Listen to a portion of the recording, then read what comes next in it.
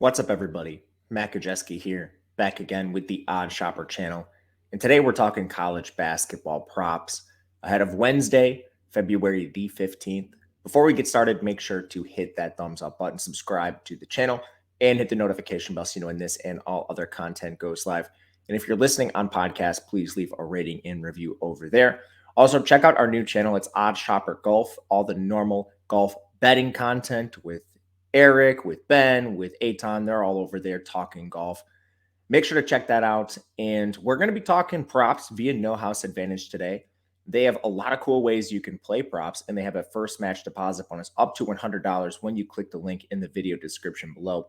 We'll be talking about their Verse the House tool, but they also have Pick'em contests, which is you versus other people in tournament style formats. They have big prizes too, up to $25,000. And a lot of times they're not filling, which gives you just a better chance to take advantage of that first place prize and all the prizes all together. So make sure to check them out. We'll do just that, taking you behind the glass, talking some college basketball props ahead of this phenomenal Wednesday slate. And we're going to kick things off with one of the better games on the board. It is Xavier taking on Marquette. The winner of this game will be in the driver's seat for first place in the Big East. But I hate to do it. We've got to fade Tyler Kolek on his points. We're going under 15.5 for Tyler Kolek, a guy who's been truthfully running hotter than the sun of late. You look at his last 6 games, he scored 25, 19, 7, 24, 20, and 13 points. Now, that's all fine and well, but who have those opponents been? Well, there's been Georgetown, the worst team in the Big East. UConn, solid win. Butler, bottom 4 team in the Big East. Villanova, bottom 5 team. DePaul, bottom 3 team. Seton Hall, bottom 16. They have not played, outside of UConn, anyone competitive in the Big East in really 2-3 weeks at this point. And they're walking into one of the more difficult stretches of their schedule where they face Xavier and Creighton back-to-back before closing out the year with 3 cupcakes in DePaul, Butler, St. John's. But all this to say, Tyler Kolek has a larger body of work than just the last 6 games where they have not faced the most difficult competition. He has an entire body of work throughout the season where he averages 11.3 points per game in 32.5 minutes. Now, more goes into this than just, okay, what are his season-long averages? We need to look at his shot rate, things like that over the recent span of time.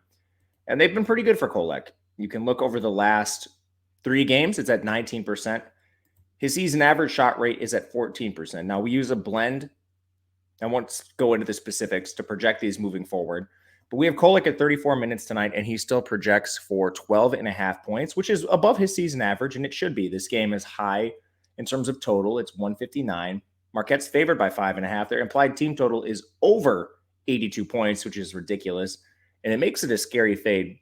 But 15 points is pretty ridiculous, considering Cam Jones has a shot rate near 20% on the year. Oso Ighodaro, 13%. Max Prosper's at 14%.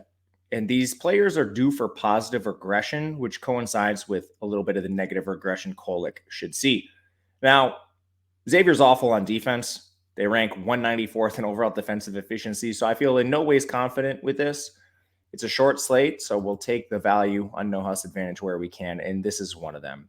Again, maybe we'll see more props throughout the day. We're recording this early. We got to take some stands for the video. Next up, other side, Colby Jones, over 3.5 assists. This is one I feel a little bit better about. On the year, Colby Jones is averaging nearly 5 assists in 33.5 minutes played. Minutes should be consistent here.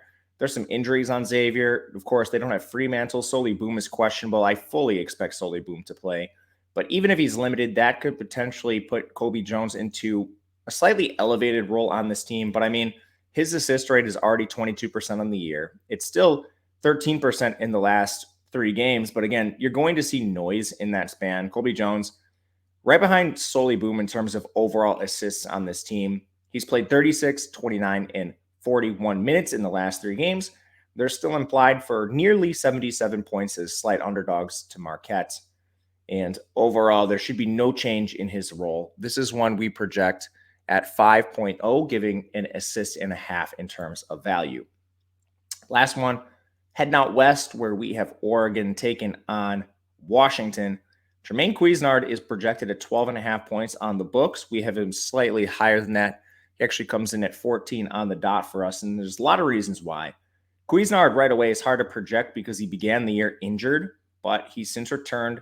He's healthy. He's played 30, 32, and 34 minutes in the last 3 games.